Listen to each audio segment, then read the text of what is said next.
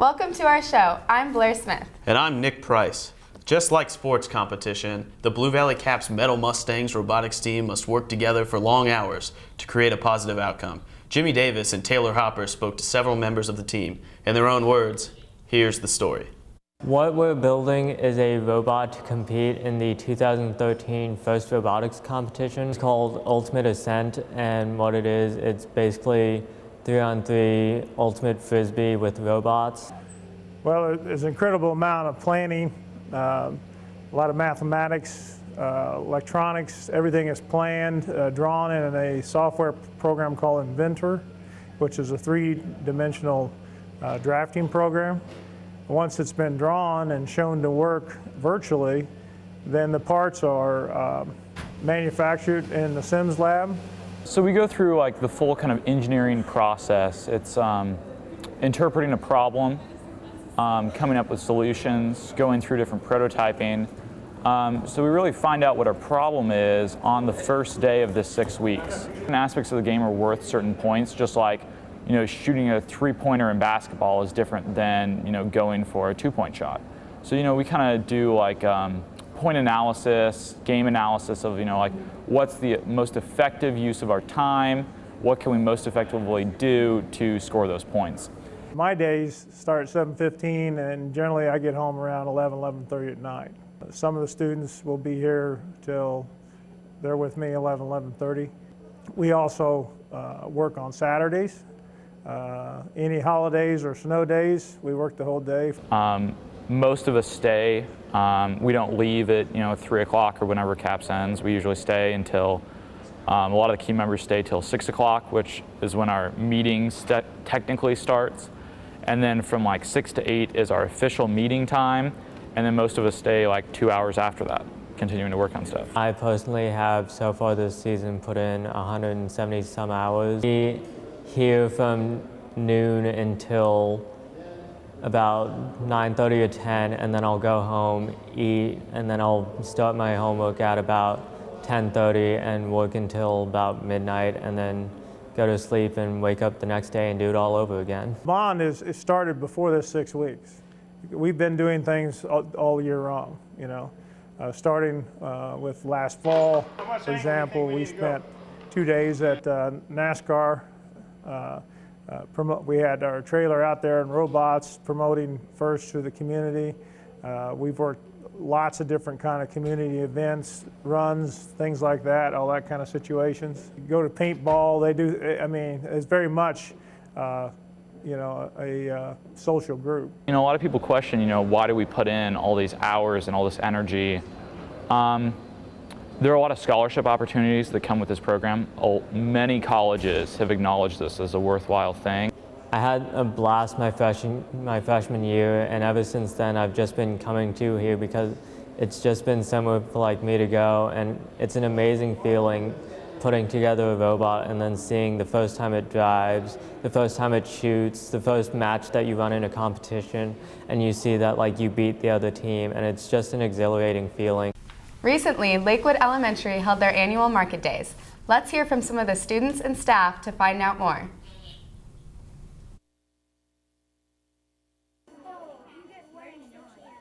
Market Day provides a hands-on experience for kids that we've been talking about economy, and we've had a huge unit on vocabulary and what goes into economy in real life and in our communities. So this allows them to put into practice all these concepts that seem very abstract, but at a very elementary level, and they are able to be producers and consumers. I'm sewing can top bracelets. I took ribbon and strung can tops through them, and then I hot glued Velcro onto them so you can Velcro them. When I was sewing them, I got a lot of money.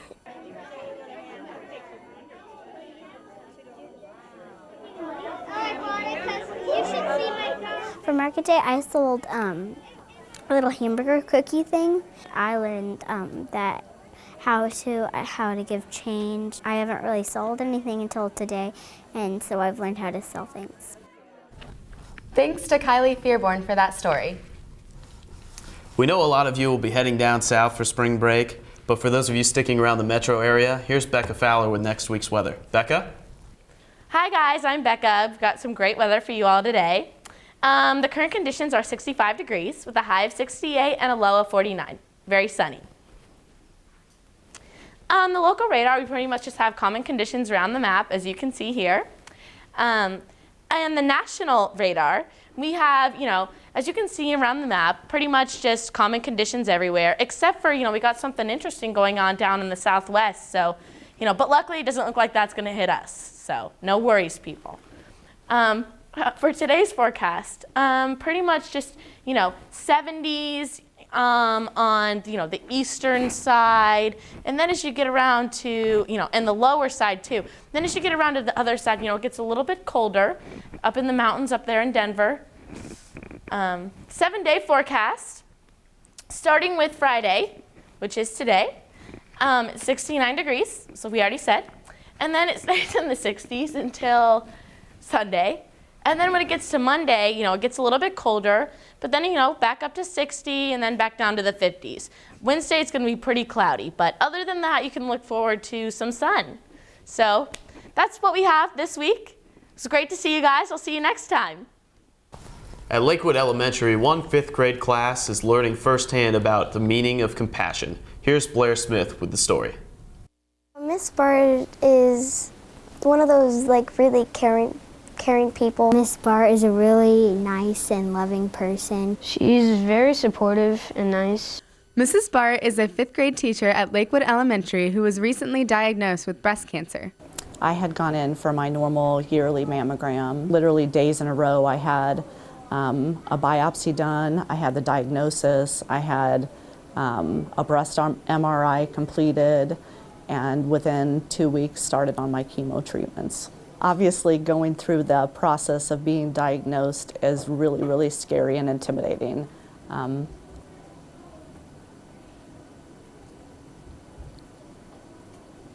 wasn't going to do this. But then I think also thinking about all the responsibilities that I have, taking care of a family that has 2 children, my responsibilities here as a teacher, and how was I going to manage that throughout treatments. And honestly, this class has been a blessing to me from the very start. After finding out about their teacher's diagnosis, the students took action.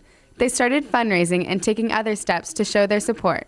We made bracelets, we sold them. Me and Brennan, we shaved our heads. We got some other people to shave their heads. The girls, they dyed their hair pink. We just did as much as we possibly could. I have absolutely been overwhelmed by the support that they have given me. From the very beginning of the year, I could tell they were a special class of kids, and I communicated that regularly with them and with their parents, and they truly have shown everybody exactly what I was noticing at the beginning of the year about how compassionate they are and caring for other people, and how they're willing to outreach and take the next step of action. Even though Mrs. Barr is dealing with some difficult circumstances, she's still keeping a positive attitude. Trying to keep life as normal as possible has been a really positive thing for me, especially coming to school and just continuing to work like I always have. Makes you feel like things are normal, even in the midst of going through something as serious as this. I honestly just cannot tell you how touched I've been by the actions of these kids. It's been overwhelmingly amazing. With the type of support that I've received through my staff, my friends, the parents, the students, it can't be anything but positive. For BVTV, this has been Blair Smith reporting. Man, that's a great story. Those kids will be going to Blue Valley West someday. Speaking of Blue Valley West, they did really well in the state championship. And I heard you were cheerleading that game? I was. It was a great time, and we had a great season. I was really proud of them. So let's go to Jimmy and Nate for the rest of the winter sports results. Thanks, guys. Welcome to sports. I'm Jimmy Davis. And I'm Nate Fain. On today's edition of sports, we're going to wrap up the winter sports season. Let's start with wrestling. Blue Valley West finished 7th at 6A wrestling and had 2 second-place finishers, Nazir Syed and Chal Jennings. In 5A wrestling, Sawyer Light from Blue Valley Southwest finished 2nd in the 132-pound weight class.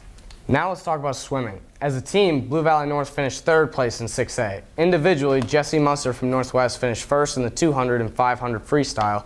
Chris Hurl from Blue Valley won the 100 backstroke, and Daniel Fecto from West won the diving competition. Now let's feature girls basketball. Both Blue Valley and Blue Valley North qualified for state, but both would eventually lose to the winner, Wichita South. Blue Valley North went on to win the 3rd place game over Mays, 55-50. Let's meet one of those Mustangs. Here's Nick Cooper. Well, so far we're 13-3, and our ultimate goal is to go to state.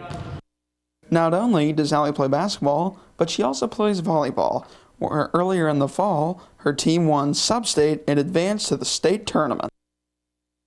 It's kind of tough. You have to manage your time, but overall it's a really good experience, and I've really enjoyed it. Not only does Allie lead the team in three-point shots, but she also is a good leader in the classroom. It's taught me dedication and just getting my work done and trying to stay on top of classes. Although Allie is a star athlete, she has made the tough decision to not take her talents to a university next fall. I've never really planned on playing in college. I just want to enjoy the college experience. And finally, it was a great season for boys basketball. Let's start off with a league game between Gardner Edgerton and Blue Valley North. Here's Nate with the highlights. On Friday, February 8th, the Gardner Edgerton Trailblazers faced off against the Blue Valley North Mustangs, who were looking to avenge an earlier loss. The beginning of this game was bowling shoe ugly, with both teams struggling from the field.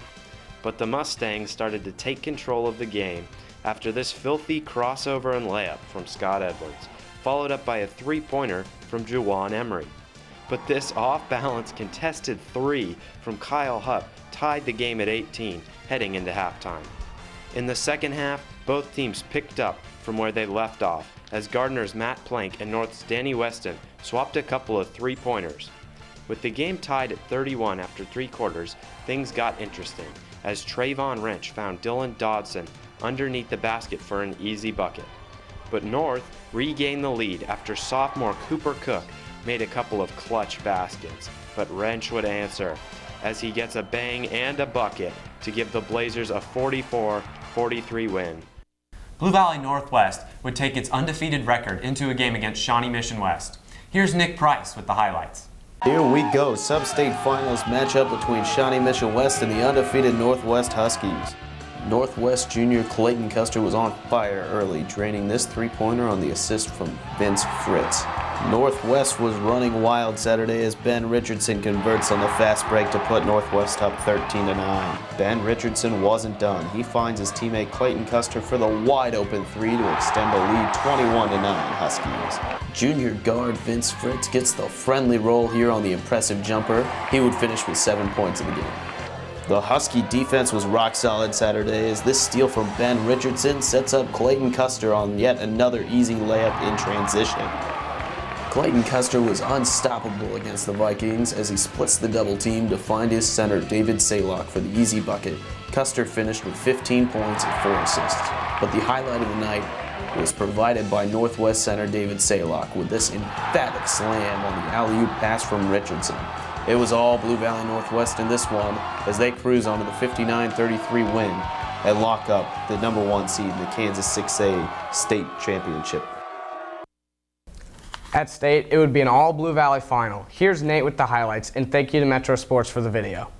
Down to Wichita we go, where we have 2 Blue Valley schools facing off for the Kansas 6A state championship. First quarter action, Kyle Harrison dishes it up to David Saylock for a huge slam dunk. Later in the first, Clayton Custer, what a game he had. The crafty drive to split the double team, and he converts to put the Huskies up 16-10 after 1. Second quarter now, Custer finds Andrew Martin down low for the lay-in. And then Harrison will find Custer, who takes the contact at the basket and is able to convert on a tough play. Northwest building their lead to 13. And then the play of the night by the future Iowa State Cyclone, Clayton Custer, drives into the lane and whoop! The spin move and the basket with the foul. Blue Valley Northwest completes the perfect season, 25-0. Your final score from Wichita is 46-29. The Huskies are your 6A state champions. Well, it was quite the basketball season, huh, Jimmy? Yeah, it was pretty crazy. 2 Blue Valley schools in the state final. Yeah, too bad your Jags couldn't get it done, but hopefully for our teams. Better luck next year. Yeah. Let's swing it back to Blair and Nick. Thanks, guys. There's a big event coming up. Students from the Blue Valley CAPS program's interactive design class have been very active in the community. The students are currently helping out with the Empty Bowls charity event. Students create bowls based on poems written by local middle school students that will be sold at the Blue Valley CAPS building on Tuesday, April 2nd from 6:30 to 8 p.m. We talked to students Devin McGowan and Brian McCarthy to learn more about this event. Women from the True Life Family Resource Center come and talk to, I think, 7th graders in the middle school, and then they create poetry and bowls based off of their experience with the women. So this year, interactive design, we were each paired up with a middle schooler's poem, and then we make a pot based on that. It's really important that CAP students can get involved in this charity event because we've designed their ad campaigns and done things for the event before, but this is the first year that we've actually designed bowls to go along with the poems from the middle schoolers. Usually it's just middle school students. So it gets more kids involved, it gets more older kids, so a lot of the middle school kids were excited that they're going to have CAP students designing the bowls to go along with their poetry. This is like an amazing event because it not only can donate a lot of money to the True Life Family Resource Center and help homelessness in Kansas City area, but it also really supports the art programs in the middle school, the Blue Valley School District. It supports the CA programs with kids writing poetry, understanding homelessness, and it really kind of joins kids from all different schools in a good event that can really give money to a good cause. Well, thank you for tuning in to the #1 rated news show in the Blue Valley District. I'm Nick Price. And I'm Blair Smith. We'll see you next time.